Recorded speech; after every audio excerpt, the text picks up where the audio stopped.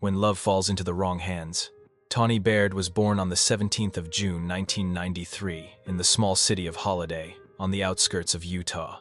She was the daughter of Casey Baird and Chana Mary Anderson, a couple remembered by everyone as kind, generous, and deeply caring. Even when their marriage ended, and they separated while Tawny was only a year old, they continued to treat each other with respect and warmth. They stayed present in her life, determined that she would never feel abandoned or unloved. When Tawny's mother remarried, her new family welcomed Tawny with open arms. At the same time, her father Casey made a promise to himself. He would always be there for his daughter, not just as a parent, but as a true friend. He gave her every free day he had, filling her childhood with affection and memories that made her feel safe and cherished. Growing up in such an environment of love shaped Tawny into the kind of person others admired. She was sweet, thoughtful, and carried an energy that lifted those around her. Her laughter filled her parents' hearts, and as she blossomed into a young woman, it continued to win over everyone she met. By all appearances, life was perfect whenever her name was spoken. Tawny enjoyed a happy upbringing in Holiday, within Salt Lake County. After finishing high school, she enrolled at Salt Lake Community College and took a job as an accounting assistant at Acnos Machinery, also located in town. It wasn't glamorous, but it was steady. Still, Tawny held bigger dreams in her heart. She longed to become a singer-songwriter, with visions of one day living in California, surrounded by palm trees and the crashing waves of the Pacific. Even as she chased her dreams, Tawny never forgot the people close to her. She had a natural way of stepping into a leadership role, always being the one her friends could count on. Her humor and optimism made her magnetic. Both guys and girls gravitated toward her energy. Her best friend Lacey once described her as the most loving and dependable friend anyone could ask for. What Lacey could never have predicted, however, was how Tawny's boundless loyalty would eventually lead her into trouble. In June 2010, at just 17, Tawny was out driving with some friends. Like many teenagers, her group experimented occasionally with alcohol and marijuana. That night, they were in her car when police pulled them over. Officers discovered a marijuana pipe and some cannabis in the back seat. For minors, it might have been a mistake brushed aside, but for anyone 18 and older, possession meant a criminal record in Utah. In that moment, Tawny made a decision. Her friends were all legally adults, and she feared the lasting consequences they might face, so she took the blame. She told the officers the items were hers. The result was 90 days in a juvenile behavioral health facility. For a girl from the suburbs who had lived such a sheltered, love-filled life, this was a shock. It shook her sense of direction and weighed heavily on her conscience. Tawny felt deep guilt, realizing one reckless night had caused her mother so much pain. Watching her daughter sent away to a correctional center was heartbreaking. In those first days, Tawny was anxious, confused, and overwhelmed. Yet, unexpectedly, the sadness didn't last forever. Inside that facility, she would meet someone who would change everything. Inside the correctional facility, Tawny's life began to shift in ways she never expected. Her sadness slowly faded the moment she met Victoria Mendoza, an 18-year-old girl with striking looks and a maturity beyond her years. Tawny was drawn to her almost instantly. The two connected quickly, opening up about their pasts and their dreams. Tawny spoke warmly about her parents, about a home where love was never in short supply, even if her mom and dad weren't always under the same roof. In contrast, Victoria hesitated at first, then revealed her own story. Her family had immigrated from Mexico, and life had been far from easy. She had faced struggles most people couldn't imagine and had been through the juvenile system more than once. While she was serving her time there, tragedy struck. Her mother was diagnosed with a serious form of cancer. The news devastated her. She wept as she confessed how powerless she felt, unable to be by her mother's side during such a painful battle. In their own ways, both girls were yearning for a second chance. That shared desire pulled them closer. Victoria's resilience inspired Tawny to toughen up, while Tawny's compassion gave Victoria a sense of calm she hadn't known before. What made their bond even stronger was music.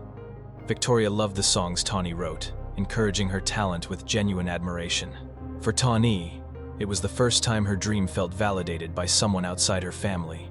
Day by day, their friendship deepened until it became something more. Though Tawny had dated boys before, she realized that what she felt for Victoria was different. This was love.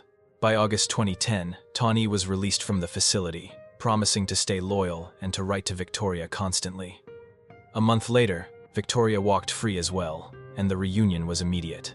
Full of passion, Tawny invited Victoria to meet her family. Her father, Casey, quickly noticed how different the two young women were. Tawny was outgoing, bubbly, and loved connecting with people. Victoria was quieter, more reserved, cautious. At first, Casey worried they weren't a perfect match. But after months of seeing Victoria around, his view softened. He chose to embrace her, and along with his partner Dana, he began treating Victoria as if she were another daughter. She became part of the bright, joyful world Tawny had always carried with her. From the outside, people saw them as the perfect couple deserving of every happiness. But no one could have guessed this was only the beginning of a complicated story. The happier they seemed, the more inseparable they became. Dates, shopping trips, group hangouts, Tawny documented it all with cheerful posts on Facebook and Instagram. Their photos drew countless likes and warm comments. Yet social media rarely told the whole truth. Behind the smiles, arguments surfaced. The freshness of young love faded, replaced by clashes of personality. Victoria grew jealous and insecure, sometimes imagining that Tawny might be interested in men again, or that she would one day leave her. After all, Tawny's life seemed full of opportunities, while Victoria felt hers was not. Despite Tawny's repeated reassurances, Victoria convinced herself betrayal was inevitable. In a twist of cruel irony, she sought her own revenge. She began a secret relationship with Lacey, Tawny's best friend. When Tawny discovered the truth, she was devastated. She couldn't believe Victoria would do such a thing. Heartbroken, she broke off the relationship, something Victoria never saw coming. Days later, remorse overwhelmed Victoria. She recorded a video, posted it online, and poured out her regret, promising she would never let Tawny down again. So, I'm really confused on where to start right now, and I have a lot of things on my mind that I want to say, but I keep going blank because I know that I'm recording myself, and I know that I know that I'm on video and stuff, but I'm going to just start from where I feel like I need to start and end where I need to end. First, I want to say is I'm sorry for hurting you and cheating on you with your best friend. And your best friend is a slut, and I don't like her. She's gross, and I can give a fuck less. Alright? So, Psychologists often point out that jealousy in same-sex relationships can be even more intense than in heterosexual ones, especially when a third party is involved. In this case, because of her deep feelings, Tawny forgave everything and accepted Victoria's apology. The two reconciled and got back together. By June 2012, tragedy struck when Victoria's mother passed away after battling cancer. The loss was a devastating blow. Victoria became quieter, withdrawn, and her grief weighed not only on her but also on Tawny and her family. Wanting to ease her pain, the Baird family decided to bring Victoria into their home permanently, treating her as their own daughter. She moved in with Tawny, and from that point on, she became part of their family. They gave her support in ways big and small, helping her take care of herself, paying for the removal of old tattoos, buying her uniforms and supplies for her new job as a security guard. For the first time since coming to America, Victoria had what she always longed for: a loving, supportive home. She was excited, grateful, and promised herself that she would never do anything again to jeopardize her relationship with Tawny. But once Victoria moved in, the relationship began to shift in darker ways. The arguments didn't stop, they grew heavier. Behind closed doors, Tawny endured possessiveness that her family never saw. Victoria became controlling. She didn't want Tawny out of her sight, followed her everywhere, even accessed her phone and computer to check her messages. Day by day, Tawny felt more suffocated. By early 2014, things had reached a breaking point. During one heated argument, Victoria lashed out physically, striking Tawny hard enough to break a tooth. When Tawny returned home, her father Casey noticed and suspected the truth. He even filed a complaint with police, but Tawny begged him not to escalate things further. Loving his daughter, Casey backed down, though he was deeply disappointed. Friends began to notice as well. Tawny no longer looked happy.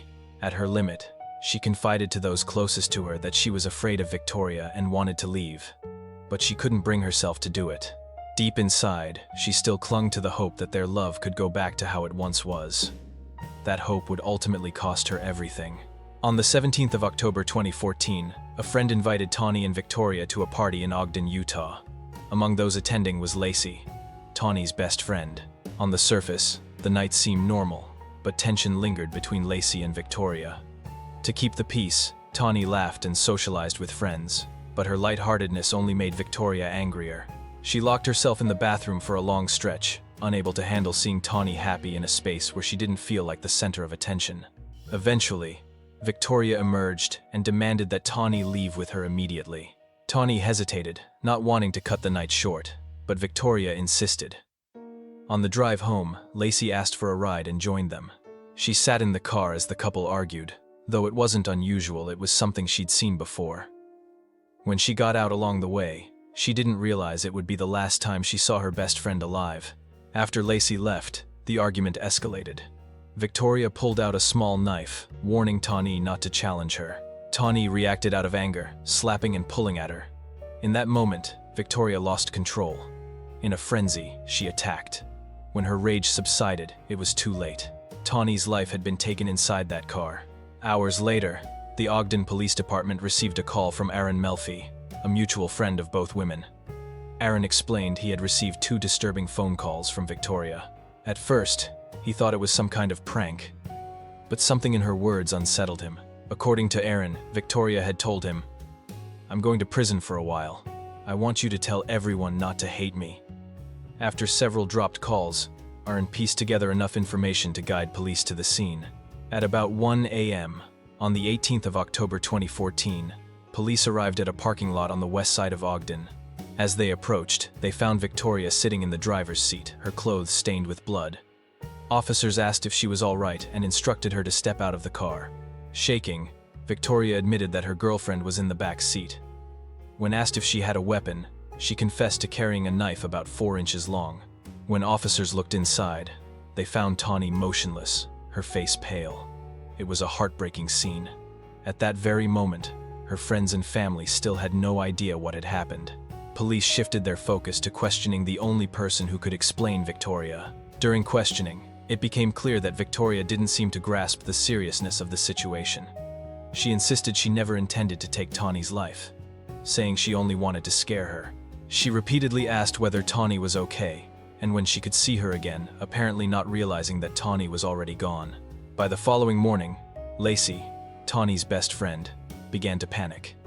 She had heard nothing from either Tawny or Victoria all night.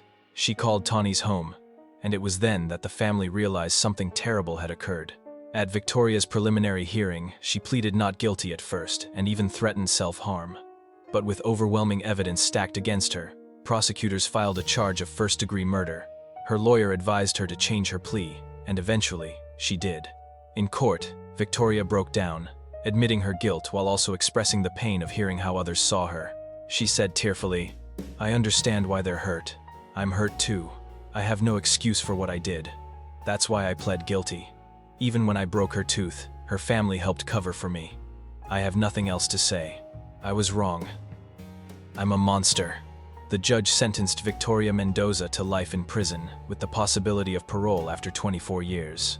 He explained that the ruling reflected the fact that the act had not been premeditated and that the victim had not been restrained, making life with parole eligibility the most fitting sentence. But no ruling could ease the Baird family's grief. People who had welcomed Victoria into their home as a daughter had now lost Tawny to the very person they trusted. The 18th of October 2014 became a date etched in their memories forever. Holly Hansen, a relative, recalled how just days earlier she had hugged Victoria, congratulated her on a new job, and welcomed her as part of the family. She remembered the strange look in Victoria's eyes that day, a look no one realized was a warning of what was to come. The sorrow also lived on in Tawny's father, Casey. His words summed up the family's devastation. "My life ended that day. She attacked my little girl, again and again. It was fast. It was violent. Thanks for watching." Adding to the heartbreak, years into her sentence, Victoria began appearing on TikTok and YouTube. Videos of her phone calls from prison surfaced, and she even thanked those who followed her.